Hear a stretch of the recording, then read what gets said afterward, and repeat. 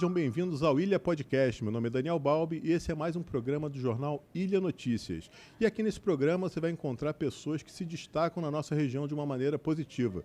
Seja advogado, seja profissional liberal, da área cultural, da área de educação, se destaca na Ilha do Governador de uma maneira positiva, vai ser convidado aqui para bater um papo aqui no nosso podcast, no Ilha Podcast, tá bom? Peço para você deixar seu like, se inscrever em nosso canal e ativar o sininho para receber notificações sempre que um vídeo do Ilha Notícias novo for ao ar, tá? Através do YouTube, Facebook, Instagram. Fique ligado nas nossas redes sociais também, que para a gente é muito importante contar com a sua participação. Então, falando isso, deixe seu comentário, comente isso aqui sobre esse nosso bate-papo e também deixe sugestões para novos convidados, né? Sugestões de nomes para novos convidados aqui. A sua interação é muito importante. É através da sua interação que a gente faz o Ilha Notícias semanalmente, né? E todos os nossos produtos são baseados aí no interesse da população da Ilha do Governador. E para esse programa de hoje, queria agradecer a presença aqui do Nicolas Santana, meu colega lá do jornal Ilha Notícias, jornalista Nicolas Santana. Obrigado pela Eu que agradeço, Daniel.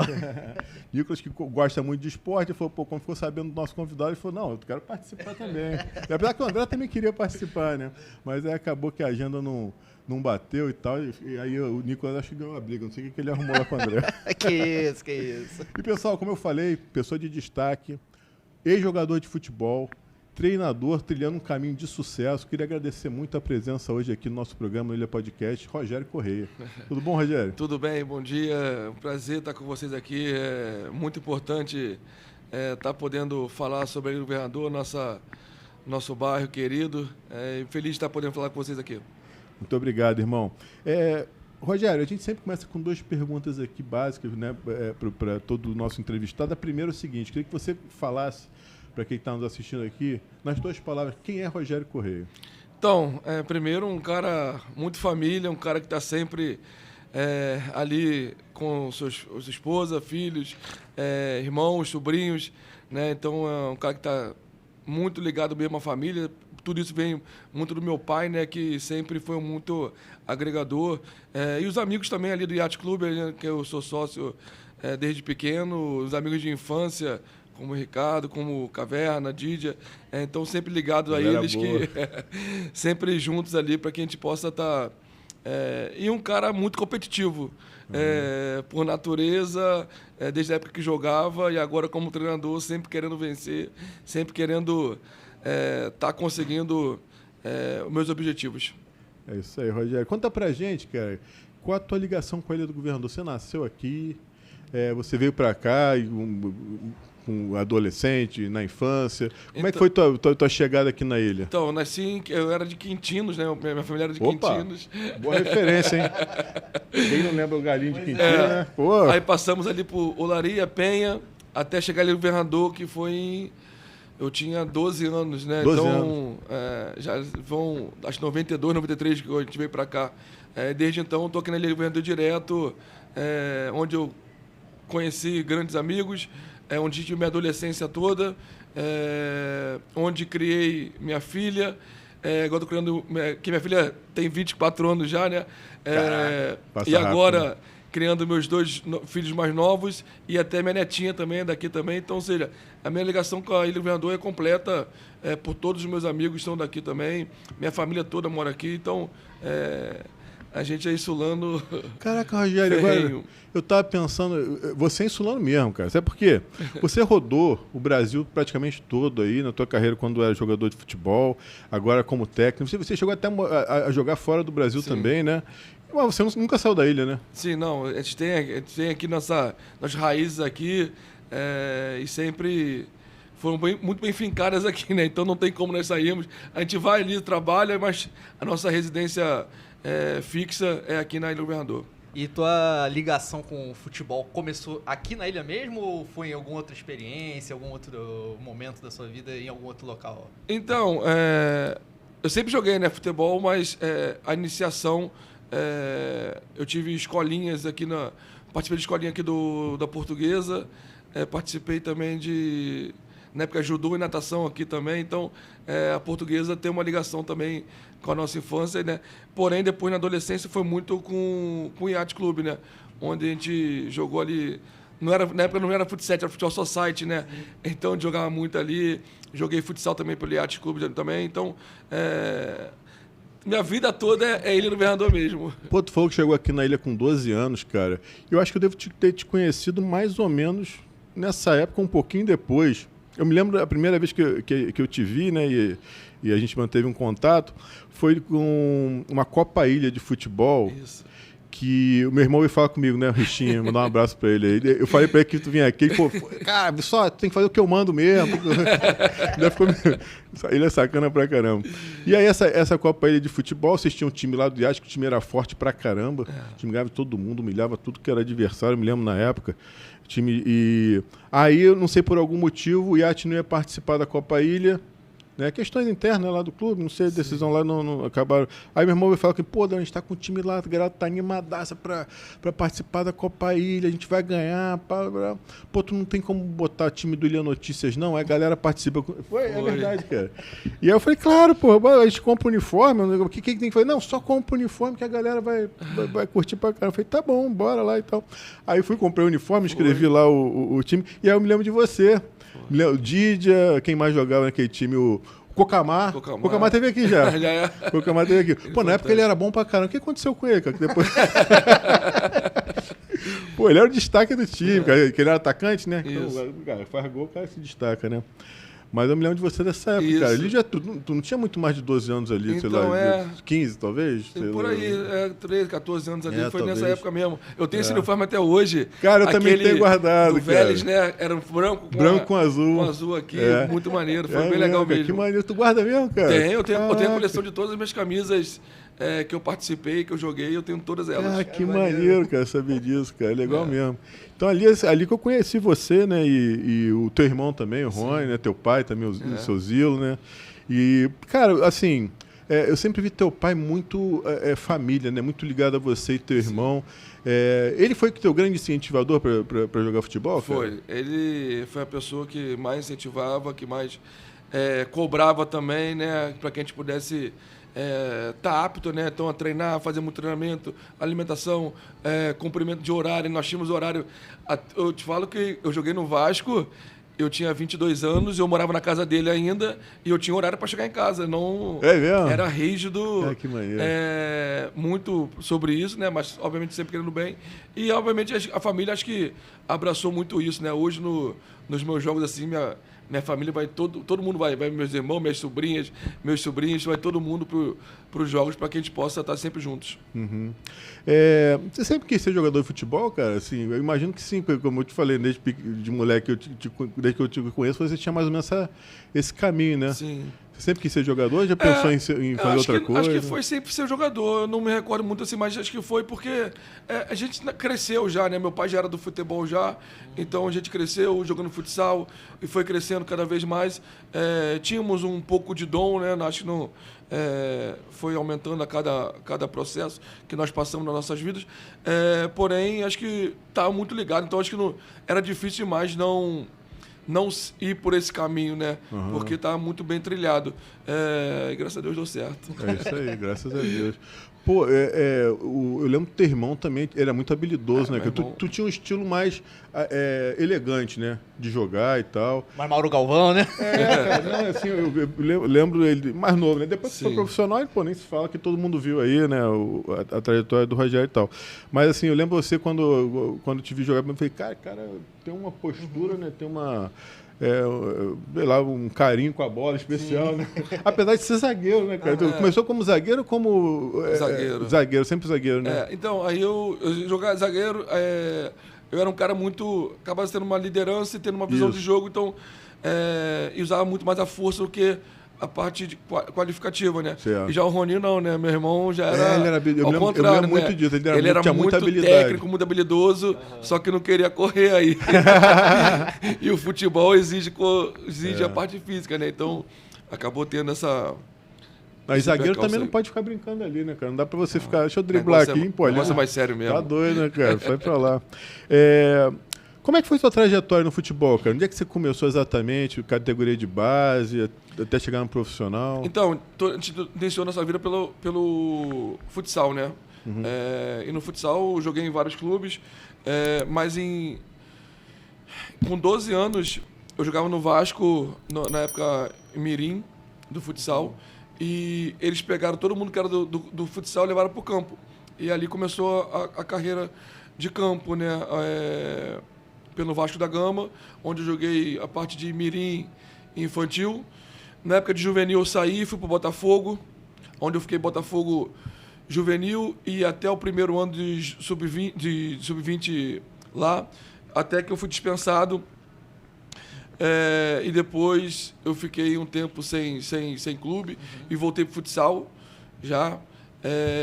E até quando eu voltei para o futsal do Flamengo, e eu estava indo muito bem no Flamengo, treinou até o Zé Ricardo, que hoje é treinador profissional. Grande. E aí, novamente, surgiu a oportunidade de fazer teste no Flamengo. E aí eu passei, já era o último ano já de sub-20 já. Mas eu passei pelo teste e fiquei. Porém, ainda acabei não jogando muito, até que surgiu a oportunidade no Bangu para jogar a Série C de 2001. Só que era muito... Não é igual a Série C de hoje em dia, né? A Série C de 2001 era muito ruim mesmo, né? Ninguém queria jogar. E o Bangu foi com o time sub-20 dele lá. E aí eu fui para lá. E acabei jogando legal. Eles gostaram e eu fiquei pro ano seguinte. No ano seguinte, que foi um ano que mudou minha vida, né? 2002, quando nós jogamos lá o último Rio-São Paulo que teve e o Campeonato Carioca.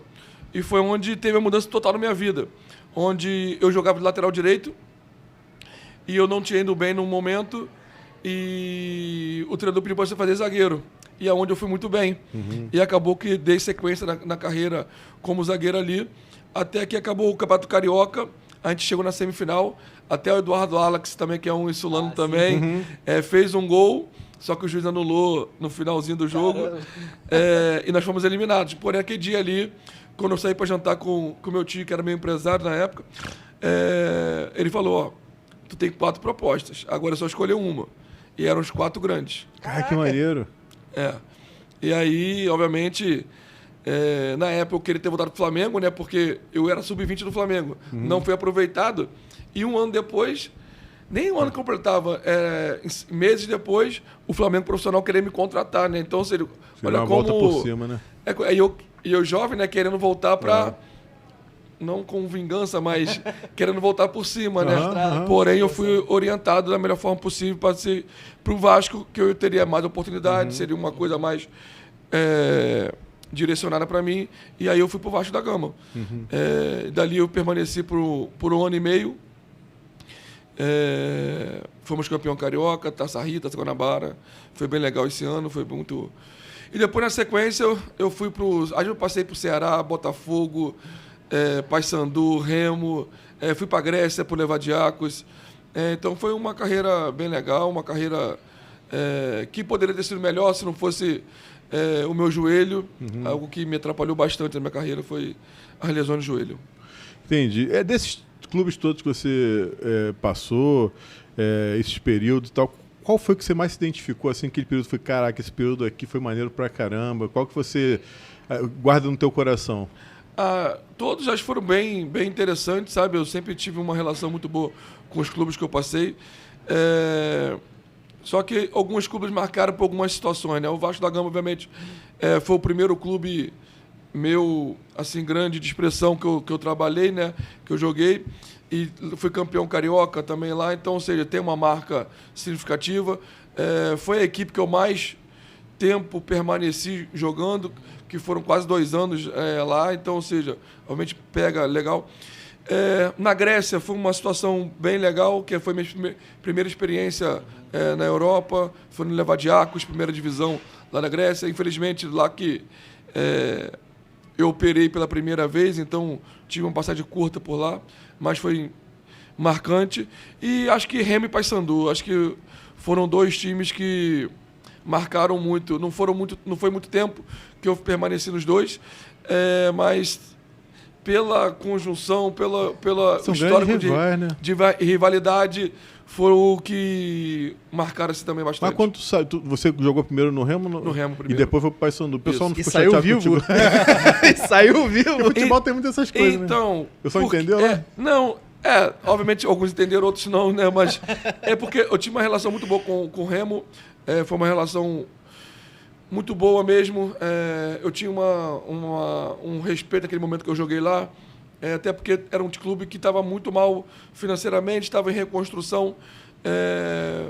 Então, só tínhamos eu, o Elinho, que hoje é presidente do Castanhal, que é um time do Pará, o Jaime, que é um craque lá do Pará, que jogou em Portugal, no Braga, jogou em vários times. Só tínhamos nós três só de mais velho. E o Adriano, que depois virou vereador, não sei como é que ele está hoje, que era goleiro. Só tínhamos nós 4 de jogadores mais velhos. O resto era todo garoto da base só. E aí a gente conseguiu fazer um bom campeonato, mas não conseguimos almejar chegar na Série D. E na época o Remo estava sem divisão. Então o Remo acabou ali, não tinha mais o calendário no segundo semestre. E como eu tinha ido bem, o Paysandu me convidou. Maneiro, e não tive como recusar essa proposta. E aí foi outro momento muito legal também, marcante da minha vida, poder trabalhar nos dois, ser o primeiro jogador a ter sido capitão nos 2 times. Caramba, no mesmo legal. Ano. Então, ou seja, são marcas interessantes ali que me marcaram com certeza absoluta. E ainda aproveitou a culinária paraense, que não é nada mal, né? É boa, hein? Principalmente o açaí. O açaí é algo diferente demais. Dos jogadores que você teve prazer aí de dividir o campo, qual foi o mais especial que você falou, cara, esse cara aqui era muito fera? Então, curiosidade, né? Eu também tinha essa curiosidade. No Vasco foi um momento onde eu joguei com bastante craques, né? Primeiro o Fábio, o Elton e o Fábio, os goleiros, né? Então o Elton era fantástico, o Fábio fez sua carreira brilhante, ele era um jovem, da minha idade, na época ele era muito jovem, e hoje está até hoje jogando, né? Verdade. A gente vai até se enfrentar agora de novo na semifinal do Carioca.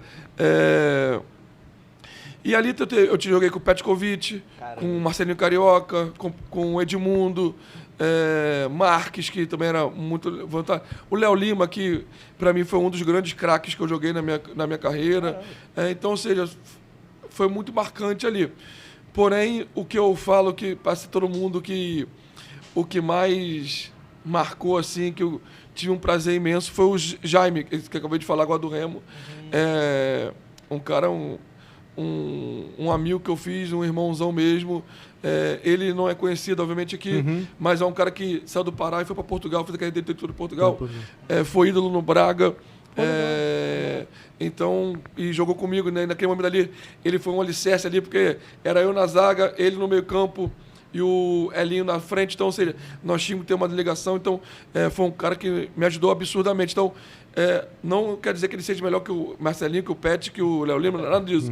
Mas, para mim, o mais importante da minha carreira, que mais fez diferença, foi ele. Pô, que bacana. Eu não esperava. Também não. Sei que fosse falar, o Pet, o Edmundo, mas maneiro mesmo, legal. E você ainda era novo, cara, quando decidiu passar pro Fut7, né? Como é que foi essa transição? Por que você resolveu abraçar esse projeto aí? Você jogou na Seleção Brasileira de Fut7, foi campeão mundial e eleito o melhor jogador como zagueiro, irmão. Nunca vi zagueiro ser eleito o melhor jogador em nada. Normalmente quem faz gol se destaca, né? Sim, meio normalmente atacante, é meio atacante, né? Conta pra gente esse período aí, por que você foi tão novo pro Fut7 e como é que foi essa experiência? Então, o Fut7 sempre tem ligado na nossa vida, porque Cadiate, né, a gente sempre jogou desde pequenininho, nós jogamos ali, na época era Society, depois virou Fut7. E como eu falei anteriormente, né, eu tive uma lesão de joelho grave, onde eu perdi o amor em treinar, em jogar, porque a dor era insuportável. Né, à noite, teve época que eu tomei 6 anti-inflamatórios por dia. Caramba! Para eu não ter dor, sabe? Para eu tentar fazer algumas coisas. Então, já passou a ser momento que era, não isso, mas uma tortura, porque eu treinava, ao chegava em casa, eu tinha que fazer gelo, eu montei uma fisioterapia em casa, porque era muita dor. Tinha momento que eu não conseguia nem dormir, porque o joelho queimava. Então, com isso, fui perdendo a motivação e parei de jogar. E quando eu parei, eu comecei a fazer a faculdade de Educação Física, e, ao mesmo tempo, eu tinha ainda força, eu tinha ainda vigor físico, mas não para uma coisa profissional. E o Fut7 veio para preencher esse espaço que eu tinha de disposição ainda para jogar futebol, mas não em alto nível, né? Sim. Então, ali, quando eu treinava 2 ou 3 vezes na semana, eu ficava mais tranquilo, eu tinha uma pausa, eu tinha como recuperar das dores, né? Intenso, né? Não era tão intenso quanto o campo, né? Então foi isso que associou ali. E aí E a parte de ser vencedor ali o Iate, o Zé Moraes sempre foi um time muito bom, né? Então sempre ajudou muita gente. E a parte de eu me destacar é a minha competitividade. Como eu falei, não sou um cara competitivo ao extremo. Eu posso estar fazendo o que for, vou querer vencer. Então, como muitas pessoas às vezes levavam ali como brincadeira, como hobby, eu levava como uma profissão. Então, eu treinava, eu me dedicava, eu me concentrava, eu estudava o que eu tinha que fazer para que eu pudesse me destacar. E aí entrou a minha imposição física, a minha liderança, e o futsal, como é menor, acaba fazendo uns gols também. E no ano que eu fui eleito melhor do mundo, foi que na final contra a Itália, no ano anterior, nós tínhamos perdido para a Itália. E a Itália era uma equipe muito boa, formada só por brasileiros, naturalizados italianos, que eles eram da seleção italiana de futsal. Ah, sim. Que era o Folha, que foi o eleito melhor do mundo de futsal já, esse pessoal todo de lá. E aí, em 2013, nós pegamos ele na final novamente, e a gente jogou muito bem, eu fiz o gol do título ali, né? Tava 1-1 o jogo, eu fiz o 2-1, e ali, então, acabou que aconteceu que eu ser eleito melhor do mundo. Aquele time dava gosto de jogar, né, cara? O jogo do futsal é muito mais dinâmico, né? Mais rápido e tal, tem muito mais gol, né? Então, era muito legal ver aquela... Isso. Agora assim, não tem mais tanta mídia, né? Diminuiu bastante. Uma pena. Naquela época estava bem forte mesmo, todo mundo transmitia, todo mundo queria ver os jogos da Verdade. seleção e tal. Parabéns, irmão. Eu também tenho uma curiosidade, né? Porque a gente tem visto, né, nesses últimos anos, né, muito jogador do futsal migrando pro campo, né? Como que você vê que o futsal ajuda para esses jogadores para essa adaptação aí ao campo? Então, eu falo que o futsal ele tem uma importância para mim muito grande. Na Europa já se usa muito isso, né? A divisão de base, até acho que é 13 ou 14 anos, não joga no tamanho oficial, joga no futsal, joga no tamanho de futsal. Até para as crianças pegarem mais na bola, né? Acho que é interessante isso, porque o futebol de campo, dimensões enormes e jogadores ali pequenininhos não conseguem inverter uma bola, então pega menos na bola. Então, tem uma relação muito grande. Eu mesmo, como treinador, eu iniciei no futsal. E eu usei o futsal como laboratório para que eu pudesse ir para o futebol de campo, onde você só reduz o tamanho do campo oficial, né? Então, ou seja, o jogador é a mesma coisa. Ele está ali, de repente não teve oportunidade no campo, mas se destacou no futsal, onde tem umas dimensões menores, mas te levam para o campo. Uns conseguem essa adaptação, outros não, né? E os que conseguem acabam tendo uma facilidade porque vivenciaram dinâmicas de jogo muito mais rápido, com jogo mais pensado, com jogo de mais tático do que o futebol de campo. Então, quando você consegue suportar, principalmente, acho que a diferença é de força, né, entre os atletas, consegue suportar esse momento, você consegue destaque no futebol de campo. Quando você era jogador, você já pensava, não, quando eu terminar minha carreira de jogador, eu quero ser treinador de futebol, ou então foi uma coisa que surgiu de repente? Não pensava, juro que sempre eu fui muito focado no que eu estava fazendo, então nunca tinha pensado nisso. Porém, e quando eu parei de jogar, eu tinha 29 anos, então foi mais cedo do que eu imaginava também. Quando eu parei, eu só falei o seguinte, parei, eu estava no CRB, acabou o estadual, ia começar a Série B do Brasileiro, eu falei que não ia permanecer por causa das dores, e eu cheguei, acho que no Rio de Janeiro, foi quinta ou sexta-feira. Na segunda-feira eu me matriculei na faculdade, e já para iniciar já a faculdade. Mas não sabia o que seria ser. A minha família sempre fez do futebol, né? Minha família era de empresário, né? Meu tio, Reinaldo Pita, onde ele foi empresário do Ronaldo Fenômeno e de outros craques. Com meu primo que trabalha com ele, o Rodrigo, que veio a falecer, infelizmente. E meu pai também trabalhava com eles. Então, eu tinha uma possibilidade de seguir com eles também, ou viver algo desse tipo. Ou uma outra área que eu gostava bastante era a área de gestão, né? De ser diretor, né? Essa parte. E treinador nunca teve muito. Porém, um dia, eu fui com o Zé Moraes, né? Como eu tinha acabado de ser jogador, não estava entrando dinheiro, então eu tinha que trabalhar também, de fazer alguma coisa. Então eu estava fazendo faculdade e eu falei, Zé, eu jogava futsal, falei, Zé, tem muito garoto bom aqui, vamos fazer um time sub-20 nosso. para que a gente possa fazer. Aí ele pode fazer. Aí, quando eu dei pro meu primeiro treino no IAT, eu falei, é isso que eu quero pra minha vida, com certeza absoluta. Caraca, ali que que foi que eu decidi ser treinador de futebol. Sim, você sempre foi uma liderança em campo, né? A gente já comentou aqui, né? Desde a época de moleque, né? Sim. E por onde você passou, como você falou, você foi capitão no Remo e no Paysandu, uma parada totalmente inimaginável praticamente, né? Pela rivalidade e tal. Então mostra a tua postura. E aí acho que, assim, para quem está de fora, eu imaginei, pô, o Rogério vai ser um treinador, né? Quando acabar a carreira dele de jogador, mas para você tu não estava focado nisso, não tinha pensado nisso até então, né? Uma curiosidade que eu tenho é o seguinte, qual a diferença de atitude e mentalidade quando você deixa de ser jogador para ser treinador? A gente está vendo aí um caso famoso nos dias de hoje, que é o Felipe Luiz, né? Deixou de ser jogador há pouco tempo e tal, assumiu como treinador e tal. Eu acho que, cara, porque tem os ex-companheiros, tem a mentalidade do jogador, que é diferente, tem que ser diferente mais ou menos do treinador. Como é que você faz para virar essa chave? Como é que você se adaptou exatamente para essa nova fase da tua vida? Então, é difícil o que ele está passando, sabe? Não é fácil, não. Eu passei isso em situação nem comparável, tá? Foi no Fut7, na época do Vasco, né? Que eu estava lá trabalhando no Vasco, onde eu era jogador e no ano seguinte eu virei treinador dos mesmos companheiros meus, que aconteceu com ele agora aqui, né? Tanto que teve algumas coisinhas entre ele e alguns jogadores que não tem... Porque... Não seria comum ver com outros treinadores, porque... né? A liberdade que ele tinha ali, a de repente, liberdade, o pessoal confundiu, e quando você vem para outro lado, você tem que tomar decisões. Você é o cabeça, você tem que tomar decisões. E quando você toma decisões, você não vai agradar todo mundo. Vai sempre desagradar alguém. Vai sempre desagradar alguém. E as pessoas acham que tu tem que agradar elas, né? Então, tipo assim, é difícil essa situação. E a vida de treinador e de vida de jogador é muito diferente. Completamente diferente. O treinador, ele não para, cara. É uma profissão que, obviamente, quem chega em um estágio legal é muito bom porque a parte financeira é bem legal, né? Isso aí ninguém pode reclamar, mas antes de você chegar também, tu passa alguns sufocos. Só que a pressão, ela é gigantesca, ela é muito grande. E o treinador, ele não para.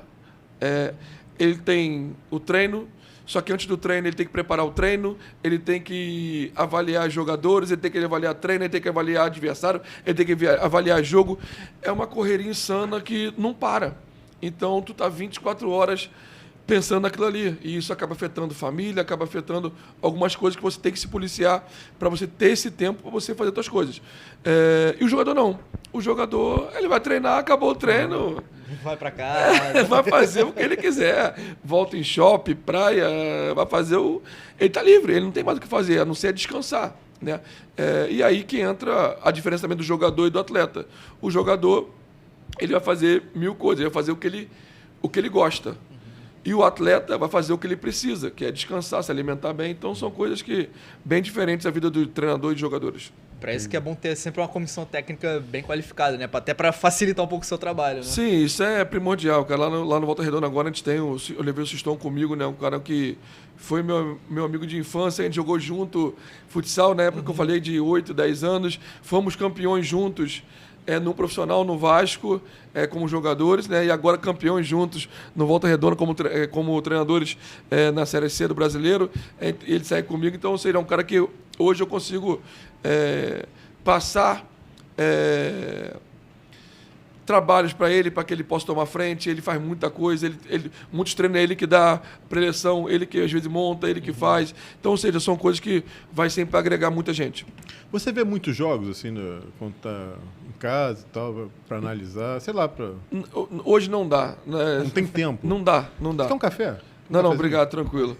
Não, obrigado. Só eu tô tomando, meio que sem graça. Isso. Hoje o treino de futebol, o Campeonato Carioca, né, que ele está jogando hoje em dia, nós temos jogo quarta e final de semana. Não tem como. Por quê? Você joga... Vamos lá, você jogou quarta. Quinta, tu tem que assistir o teu jogo de ontem para você fazer a avaliação. Acabou esse teu jogo, tu tem que preparar treino.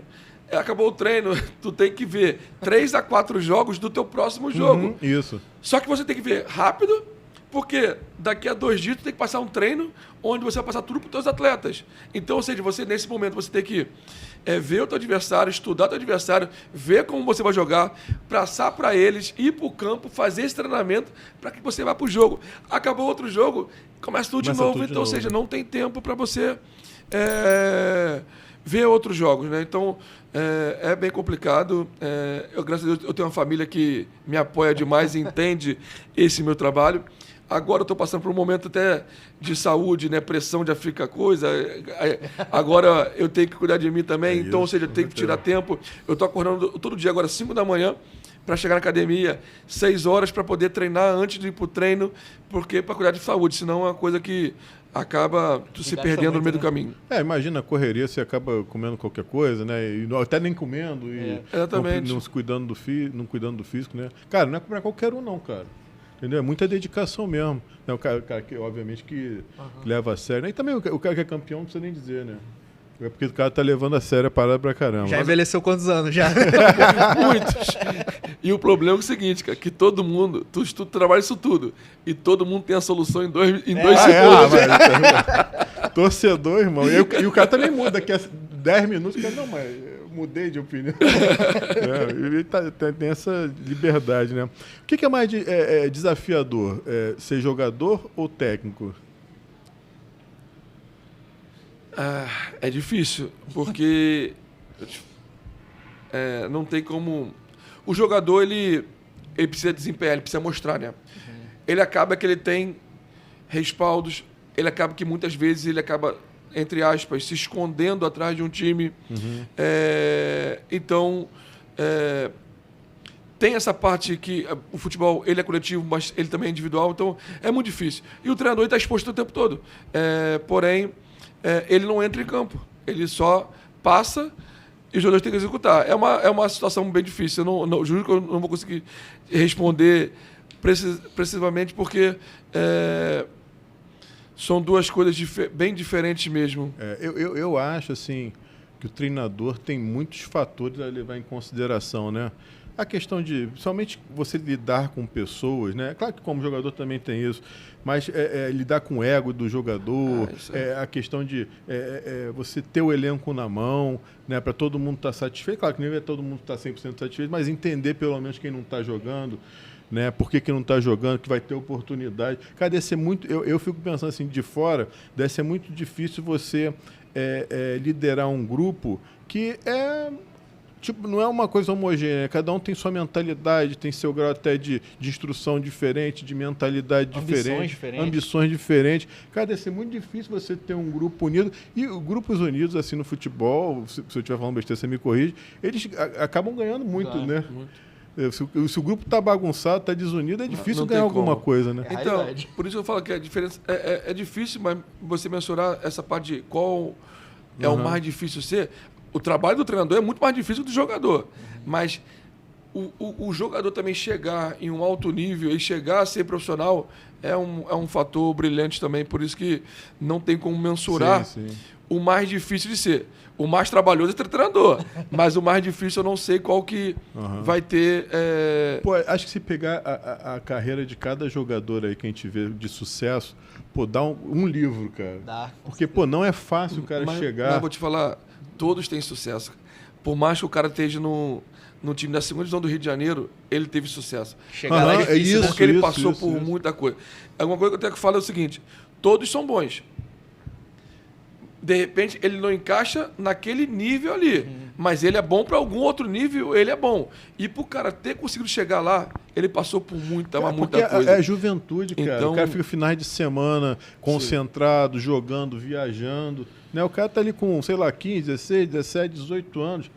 Querendo infância, perde adolescência. Querendo namorar, querendo ir pra festa, querendo não sei o quê. E o cara tá ali concentrado numa mentalidade talvez muito mais além do que a idade que ele tem ali, né? O cara deixa de fazer muita coisa, então o cara se dedica muito. Cara, aos 20 anos, ele já tem que resolver a vida da família, né? Muitas vezes sim. A família toda coloca... né, as esperanças de mudança de vida nas costas do cara, né? E o percentual dos jogadores que, de repente, chegam no sucesso financeiro é muito pouco. Pequeno, né, cara? É muito difícil.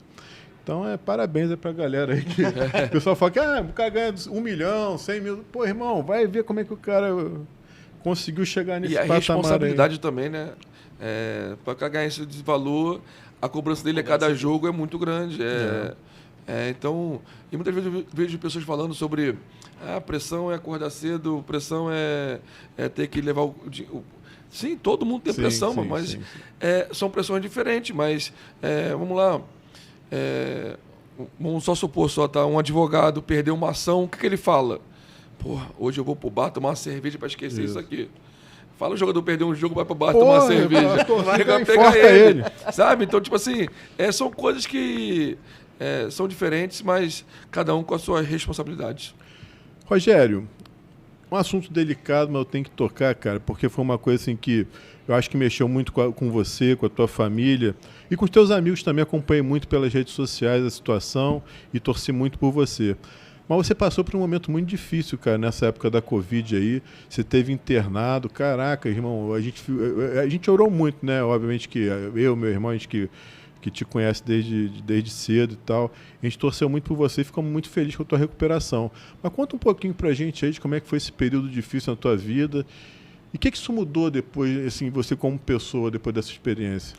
Então, foi o pior momento, obviamente, da minha vida, né?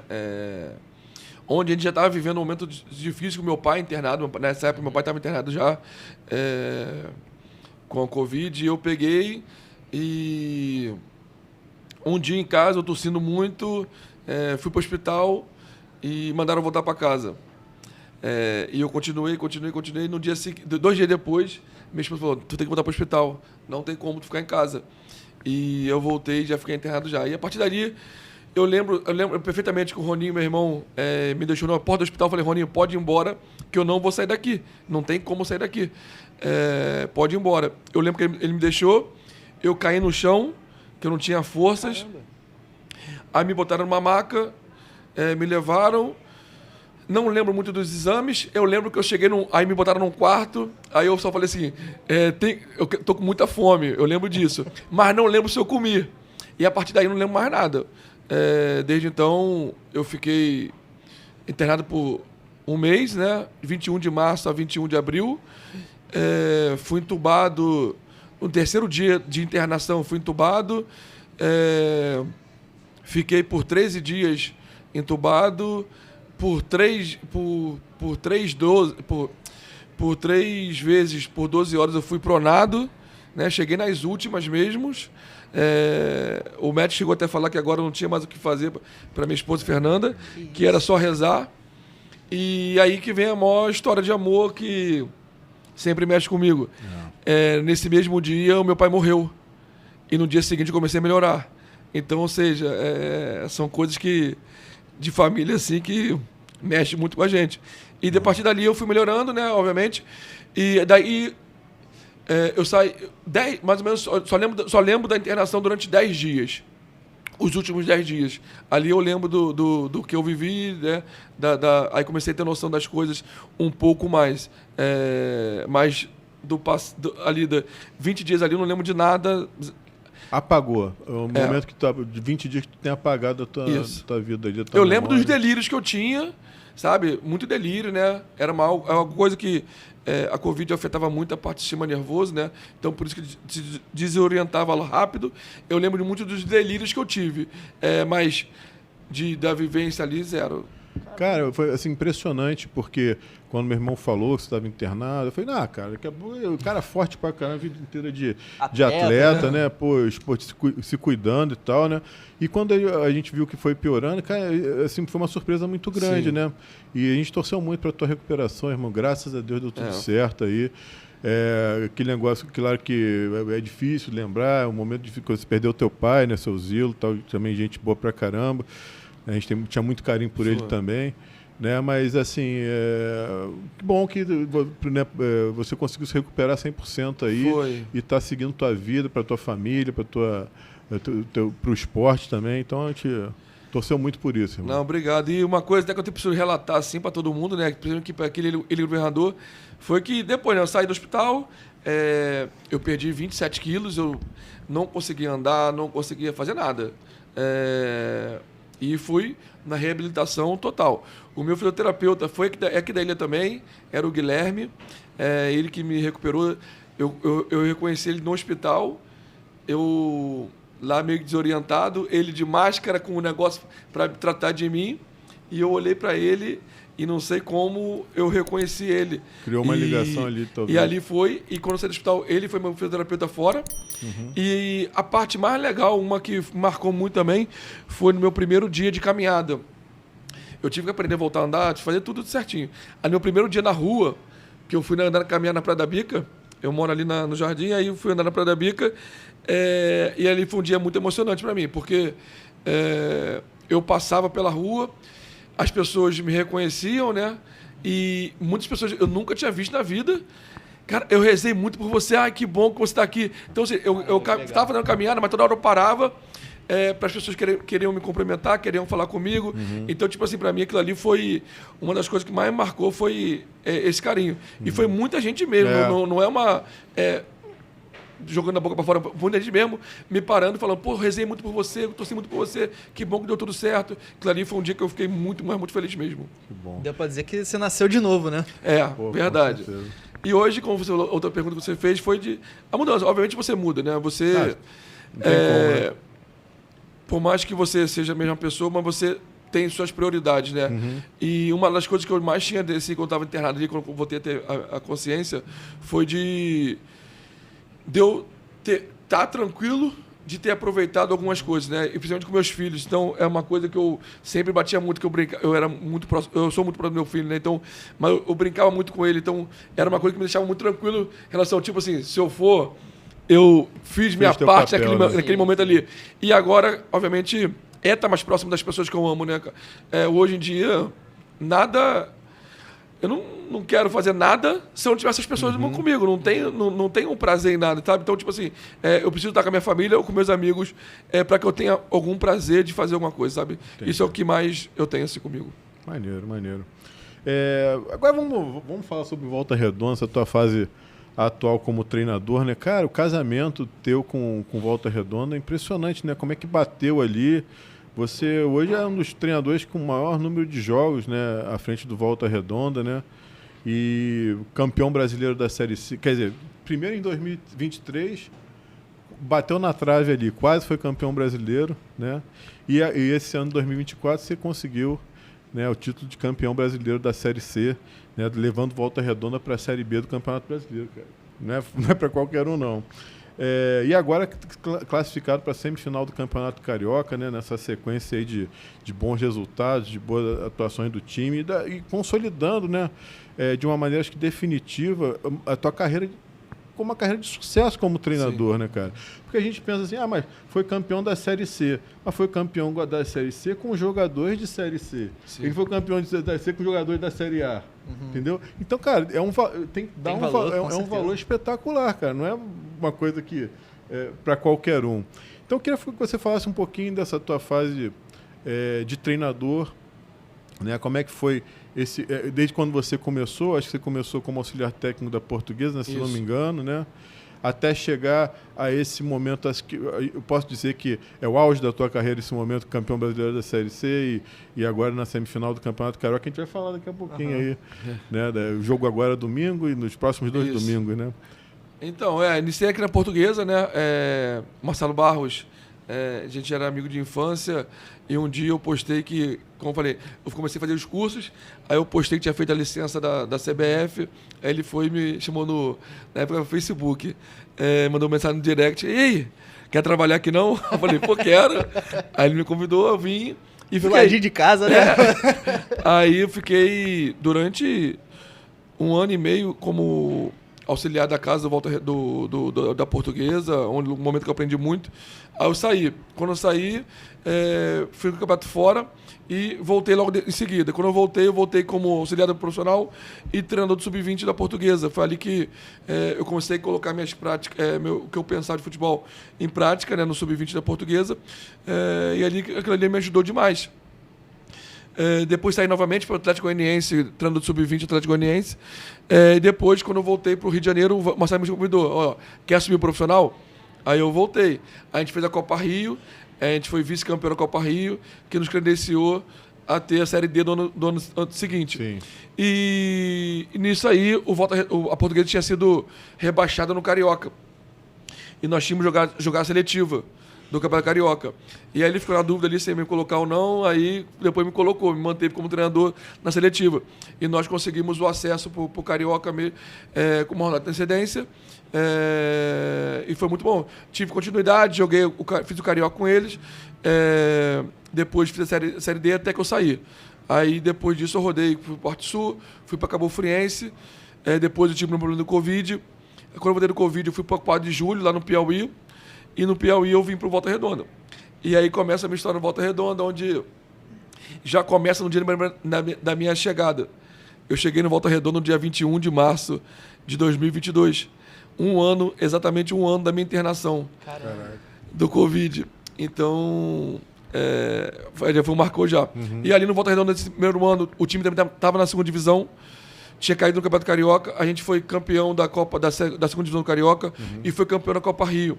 Foi até aqui contra a Portuguesa, aqui no Luso. E no ano seguinte, e na Série C, a gente chegou à fase final da Série C, mas não conseguiu acesso. No ano seguinte, 23, a gente chegou na semifinal do Carioca, também contra o Fluminense.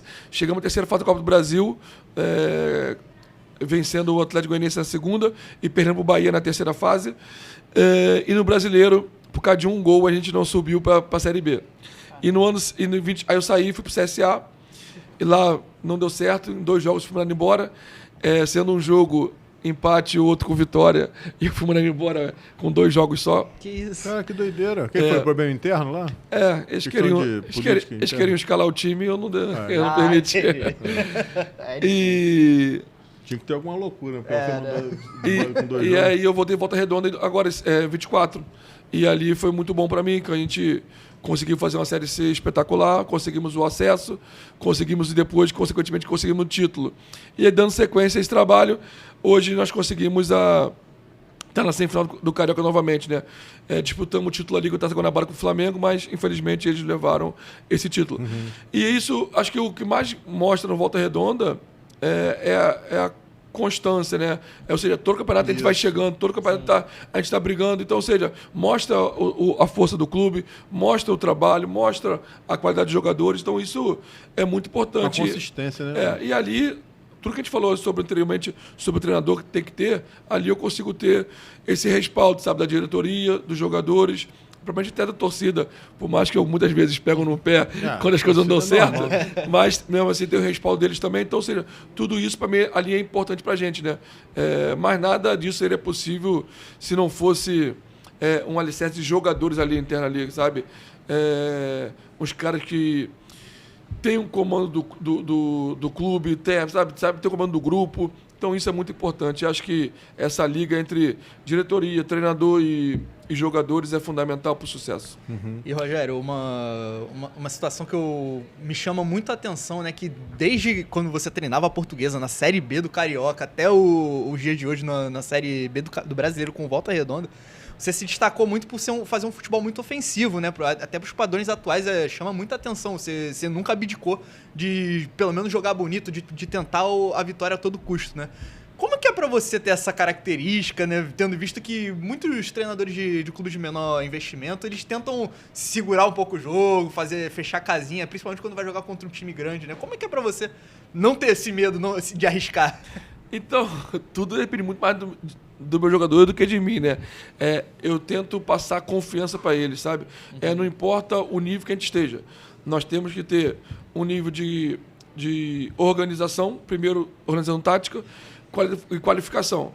Se nós tivermos esses 2 pilares, nós já conseguimos fazer um trabalho, né? E a partir daí você tem que botar neles a parte de ser vencedor, ser campeão, ser competitivo. Acho que é o grande diferencial. E acho que é uma coisa que eu consigo ter, sabe? Acho que é uma coisa que todo trabalho eu consigo implementar isso nos meus jogadores, passar essa confiança que eles podem conquistar aquele objetivo ali. Se a gente vai conquistar ou não, é outro problema, mas nós temos que jogar uma partida firme, uma partida forte. Por isso que hoje eu cobro muito essa parte de intensidade para que a gente possa tentar igualar. A gente fez grandes jogos, eu fiz grandes jogos já contra time grande já. Obviamente, tem a diferença orçamentária, tem a qualificativa tanto dos jogadores como do treinador, tá? Mas a gente tenta fazer jogos bonitos. E eu acho que o atacar, ele é a parte mais defensiva que você tem, sabe? Então, acho que você tem que souber estruturar o teu time ofensivamente, tu consegue se proteger mais do que se ficar só marcando só. E depois dessa campanha da Série C, teve alguma sondagem de outros clubes? Como é que foi essa procura aí? Cara, sempre tive bastante situação. Obviamente, quem tá vencendo sempre vai ter procura, né, sobre isso, né? Só que eu tenho uma estabilidade no Volta Redonda muito grande. E eu não posso sair para qualquer coisa. Tipo, eu saí para uma... Eu não saí do Volta Redonda para ir pro CSA, tá? Eu saí do Volta Redonda. Naquele momento me chateou demais, sabe? Na semifinal do Carioca, a gente ter ganho do Fluminense 2 vezes, né? Ganhamos na fase classificatória, ganhamos na semifinal do Fluminense no primeiro jogo. Aí armaram uma emboscada pra gente. Jogaram nosso jogo era quarta-feira contra o Atlético Goianiense, Copa do Brasil, e domingo contra o Fluminense. No Carioca. Só que eles mantiveram o jogo para... Eles adiantaram o jogo de domingo para sábado. Anteciparam nosso jogo. Então, ou seja, nosso time, a gente voltou de Goiânia, a gente classificou em Goiânia nos pênaltis. Ou seja, nessa noite a gente não dormiu de quarta-feira. Quinta-feira, a gente treinou no CT do Goiás e viajamos de madrugada para o Rio de Janeiro. Chegamos aqui no Rio de Janeiro, 11 da manhã. Todo mundo podre. Ou seja, para jogar sábado. Então, ou seja, foi uma armadilha que fizeram. Nós tomamos de 7 aquele jogo lá do Fluminense. Então, tipo, aquele ali marcou demais. Só que eu tive forças e mantivemos. E na Série C, nós brigamos. E, não subimos por causa de um gol, sabe? Então, aquilo ali, juntou com tudo aquilo ali, eu falei assim, cara, é momento de eu sair. E eu saí. Só que eu fui pro CSA, onde eu tinha muitas propostas, porém, eu optei pelo CSA, por tudo que eu... E a gente vai para lá com 1000 possibilidades. Chega lá e tu não vê aquelas situações todas. Então, frustrante, né? Gera instabilidade. E no Volta Redonda, não. No Volta Redonda, eu sei cada passo ali, sabe? Eu sei cada movimento ali. Além de tudo, eu estou próximo da minha família. Né? Como eu falei, são particularidades que eu vou sempre levar comigo. Muitas pessoas vão falar que se eu tiver oportunidade de Série A, eu vou para a Série A naquele momento. Se eu tiver... Aonde tiver o dinheiro, eu vou. Eu não vou ser assim, juro que eu não vou ser assim. Se eu quisesse só dinheiro, eu estaria em outros times. Estaria jogando Série D do Brasileiro.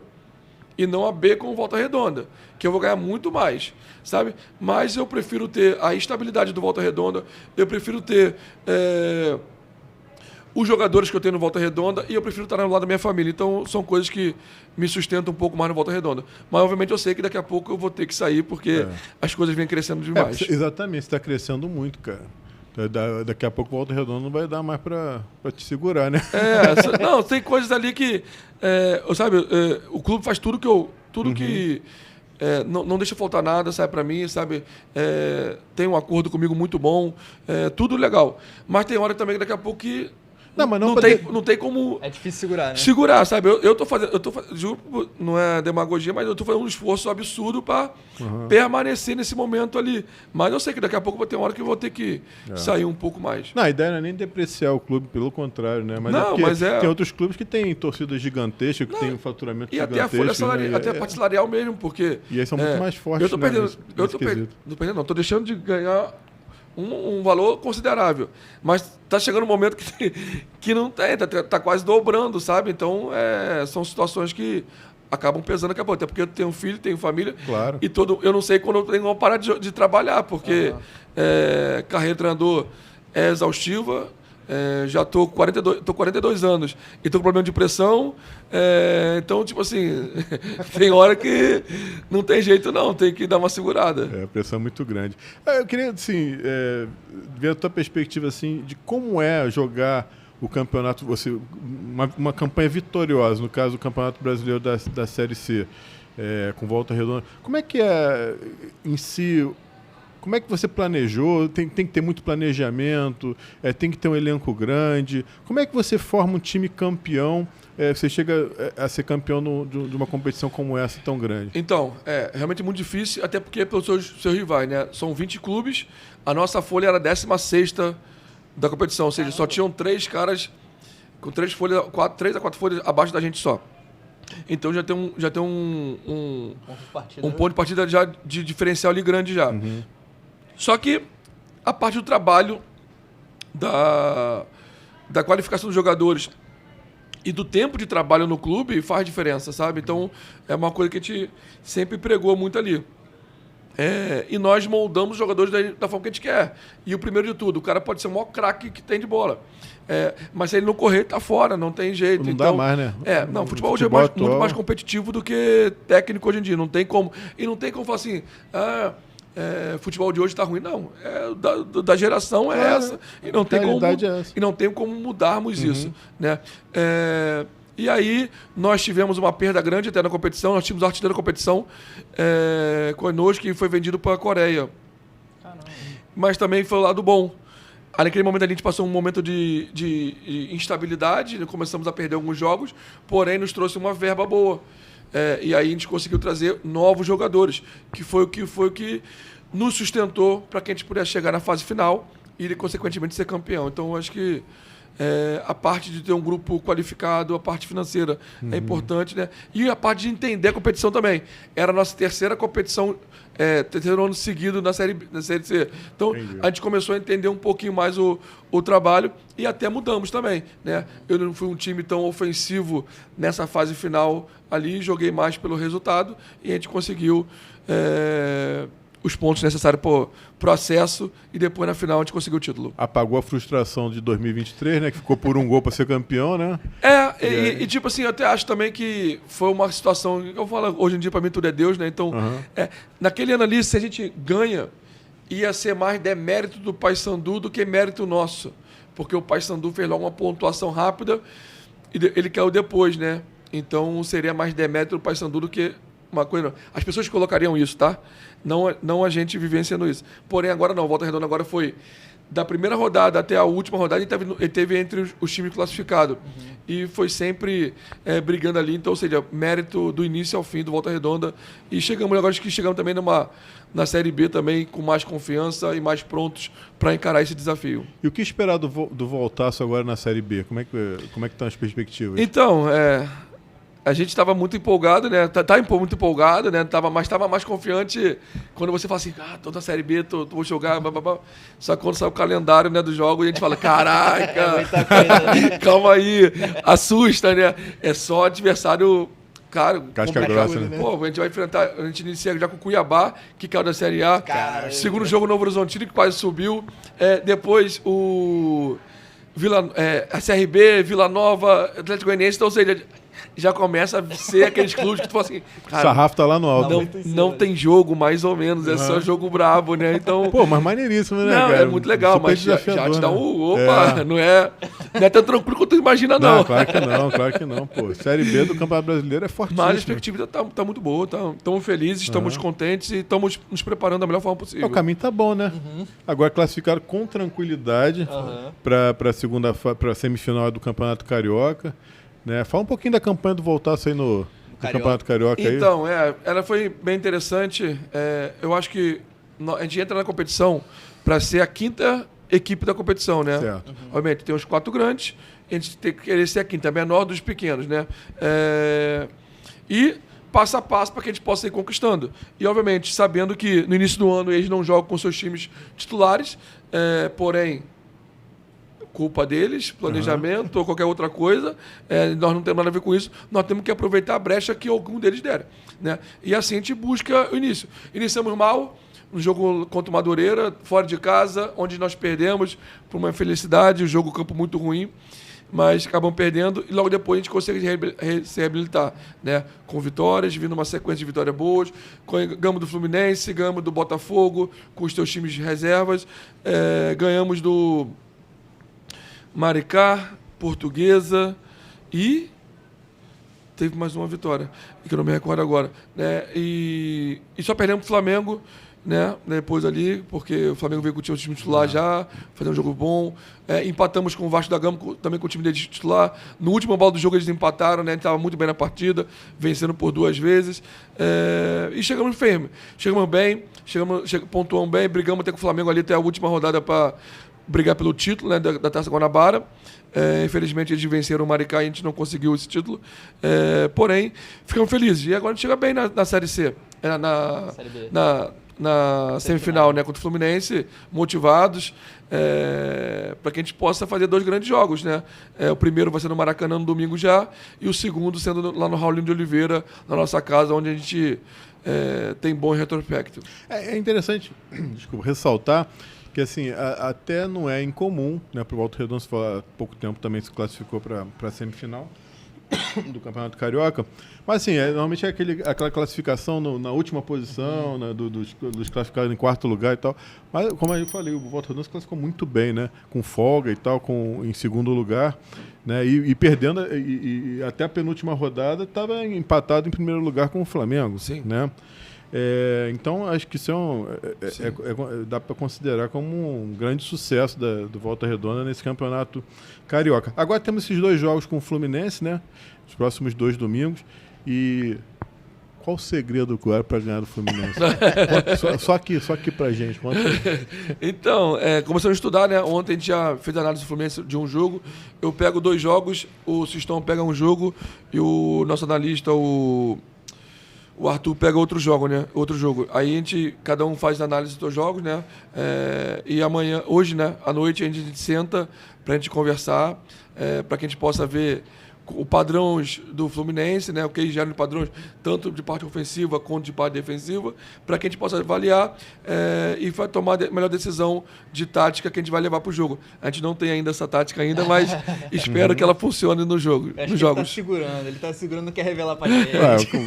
Não é bobo, né? Acho que o cara é campeão por quê? Porque vai contando os segredos. Mas o Fluminense vem numa crescente boa, né? O Fluminense, nos últimos 4 jogos, ele venceu 3 e empatou 1, o empate foi com o Flamengo, né? Então, é uma equipe que vem crescendo, gera desconforto para os adversários. É um time muito veloz, muita mobilidade. Vai ser muito físico, né?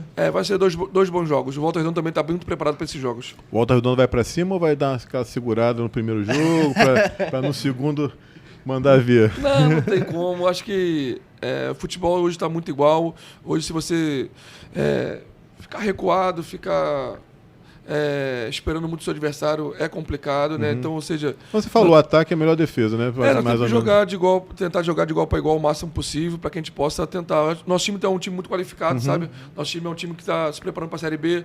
Então, ou seja, tem bons qualidades, é um time que tem um entendimento tático muito grande, já está comigo há muito tempo. Então, acho que vai. O Flamengo, acho que é uma equipe que gera um desconforto maior. Sempre foi o Flamengo pelo seu elenco, né? Qualidade individual de cada jogador também. Acaba gerando uma dificuldade maior assim que os seus outros adversários. Porém, o Fluminense é o mais próximo deles, é o Fluminense hoje em dia. É verdade. Esse time do Volta Redonda, ele conseguiu fazer uma janela interessante, né, nesse começo assim, de temporada, trouxe algumas peças bem bacanas, né, para esse time, mas tem uma em especial que eu queria te perguntar, que é o Chay, né, um jogador que fez sucesso contigo na Portuguesa, né, foi o primeiro treinador a fazer o Chay aparecer pro grande público. O Insulano tem muito carinho com o Chay, né? E tu tá reencontrando com ele no Volta Redonda. Como é que tem sido esse reencontro com o Chay? Então, desde a época de Fut7, né? Eu conheço o Chay e quando eu subi português aqui, a gente trouxe ele do América. Ele era um jogador que era da reserva na América e a gente trouxe para cá pela essa qualidade, né? Como eu falei, o jogador de Fut7 que passa a adaptar no campo, né? E ele foi um cara que se adaptou perfeitamente. Com a sua... Na época... sua habilidade, seu jogo de veloz, né? O entendimento tático que ele tem, que é muito bom. Então ele veio, fez muito sucesso e a gente teve uma amizade grande, né? Depois daquilo ali, apesar de a gente não ter sido encontrado mais, né? E agora surgiu a oportunidade dele vir para cá, para que a gente pudesse nos ajudar no Carioca. É um cara que está se adaptando ainda ao estilo de jogo, né? Que é um pouco diferente dos que ele vinha passando anteriormente, com mais intensidade aqui com a gente, né? Mas é um cara fantástico, é um cara que tem um currículo vasto, campeão de 2 Série Bs aí nos últimos 3 ou 4 anos, entendeu? Então, é um cara que tem nosso carinho. Vai agregar, né? Com certeza.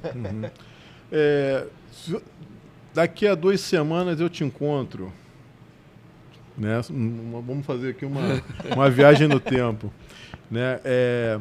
Como é que você vai dizer, pô, esses jogos contra o Fluminense aí, como é que você projeta isso na tua mente? Porque eu acho que a gente, quando está ligado a esporte e a esporte de alto nível, né, eu acho que você faz muitas projeções mentais, não faz? Tipo assim, você visualizando daqui a 2 semanas e fala, pô, fomos bem, conseguimos... Como é que você projeta esses 2 jogos aí e aí chegando, se Deus quiser, na final do Campeonato Carioca? Então, eu creio que vai ser um jogo de muita entrega, de muita intensidade, um jogo até tático. O Mano também tem eu reparei agora nos jogos que eu vi lá, tem tá usando uma tática bem diferente da do Fernando Diniz, né? Então, ou seja, vai ser um jogo bem estudado, um jogo de uma intensidade muito alta que vai ser decidido por detalhes, né? Espero que esses detalhes sejam a nosso favor, né? Mas é um jogo que vai ser bem disputado. Eu creio que vai ser uma semifinal muito bonita. Apesar do Volta Redonda não ser um time grande como o Botafogo, como todo mundo queria que fosse os 4 grandes classificados, mas acho que o Volta Redonda vai trazer um ar diferente para essas semifinais, de um time de menor investimento, porém, que vai propor um jogo, que vai ser organizado, que vai trazer dificuldade do seu adversário e que vai buscar, de qualquer forma, chegar na final do Campeonato Carioca. A Ilha tá torcendo por você, cara, tirando os tricolores, né? Aqui na mesa tá todo mundo torcendo. Tá todo mundo torcendo, com certeza. Os tricolores, obviamente, não, mas, irmão, a gente torce muito pelo teu sucesso aqui, como sempre, né? Assim, para mim, outra projeção, assim, como é que você se vê, assim, metas para você como treinador, como é que você se vê daqui a, sei lá, 5 anos? Então, eu sou um cara um pouco diferente do normal aí, sabe? Quando eu estava na Série C, eu tinha proposta para a Série B, para ter ido lá para a Série B. Agora eu tenho algumas coisas para que eu possa, não para a Série A, mas para times até maiores que o Volta Redonda na Série B, para iniciar a Série B por eles. Porém, eu sou um cara que não olha apenas divisão ou dinheiro, eu vou sempre... Se eu fosse para projeção, só por projeção, eu falaria, eu queria estar na Série A do Brasileiro. Mas eu só falo que eu quero estar no lugar onde as pessoas me queiram. Esse que grande coisa que eu falo sempre eu quero estar onde as pessoas me queiram. Para mim não importa se eu vou estar na primeira, segunda, terceira ou quarta divisão. Não, juro para você de coração mesmo, não me importa. Eu quero estar feliz. Porque o dinheiro eu vou ganhar aqui ou ali, eu vou ter. Mas eu quero estar vivendo, estar feliz no clube que eu estou trabalhando, e quem para quem eu estou trabalhando esteja feliz comigo. Acho que é o principal. E você está feliz no Volta Redonda? Lá sou muito feliz, cara. Lá eu falo de coração que eu estou na minha segunda casa, cara, porque estou lá já há 4 anos. A minha família toda vive lá, o time vai para lá comigo. Meu filho é Voltaço, meus sobrinhos, meus filhados todos são Volta Redonda. E eu tive até uma lição agora, o filho do Caverna, o Telzinho, que eu sou o padrinho dele. Ele é flamenguista, Flávio Caverna, Richinha, tudo flamenguista roxo, né? E o menino já é flamenguista roxo também. E teve o jogo agora, Volta Redonda e Flamengo, e eu perguntei, Telzito, e aí? Pra quem você vai torcer? Aí o garoto de 4 anos não titubeou, não no meu momento. Voltaço, sabe? Então, pra mim, tipo assim, isso marca muito pra mim, sabe? Tipo você, assim, né? As crianças, meus sobrinhos todos só usam camisa do Voltaço, meu filho só fala que a camisa... Os amigos do meu filho agora já pedem pros pais comprar jogo do PPV pra ver o Volta Redonda jogar, sabe? Então, ou seja, tem um laço com a minha família já, sabe? Não temos como negar isso. Porém, a Portuguesa também, aqui da ilha, é um clube que tem sempre no meu coração, até porque estou 1 quilômetro de casa, né? Cara, eu queria também falar de Portuguesa, que tem um jogo que eu acho que fica na memória de todo torcedor da Portuguesa, Nova que foi Iguaçu? daquele contra o Nova Iguaçu. Eu tava lá, Esse aí essa virada no último minuto, aos 96. Cara, o que passou na sua cabeça nesse dia? Então, esse aí foi um jogo que marcou minha vida, tá? Eu lembro desse jogo direto. E acho que como treinador também, cara. Eu acho que como treinador, acho que foi um momento ali que, se eu falar top 3 de jogos que o Rogério atuou, eu falo que esse jogo aí. A gente estava dominando o jogo no primeiro tempo, porém tomamos 2 contra-ataques, 2 gols do Nova Iguaçu, 2 gols do Bruno Santos, que até hoje em dia é meu jogador. A gente foi para o intervalo perdendo 2-0 e nós voltamos, eu fiz uma medida tática bem ousada e nós conseguimos a virada ali. Então, para mim, ali é um jogo marcante que eu tenho, assim, pela vitória, pela virada, né? Mas como treinador também, eu acho que teve uma parcela grande ali pela leitura e estrutura tática ali, foi bem legal. Eu lembro que, de mexida ousada, eu lembro que em um determinado momento do jogo que o Chay chegou a jogar na lateral direita, né? Foi. Foi nesse nível, né? Foi. A gente ficou de ala, né? A gente colocou 3 aqui atrás e colocou 7 atacando, o Chay ficou de ala. Se eu não me engano, foi ele que cruzou e o Romarinho que fez o gol, né? O terceiro gol. Uhum. Então, ou seja, foi bem legal. Foi um momento ali que Deus me abençoou legal. E pro pessoal se situar, quando foi esse jogo? Foi válido pelo Foi seletiva do Campeonato Carioca de 2019, do Carioca 2020, né? Mas isso foi em 2019. Entendi. Foi seletivo do Campeonato Carioca. Se a gente ganha ali, como a gente ganhou, a gente botou um pé na classificação já. Jogos inesquecíveis, né? Esse foi. Mas tem mais algum? Eu tenho outra virada também, mas não teve essa repercussão toda, não teve essa coisa toda, mas tem a de 2-0 para 3-2. Mas acho que o jogo contra o Botafogo da Paraíba, agora do jogo do acesso, foi, não do título, do acesso. Uhum. A gente estava perdendo em casa de 1-0 e a gente conseguiu a virada e o segundo gol foi aos 40 do segundo tempo. Foi uma emoção única ali também que...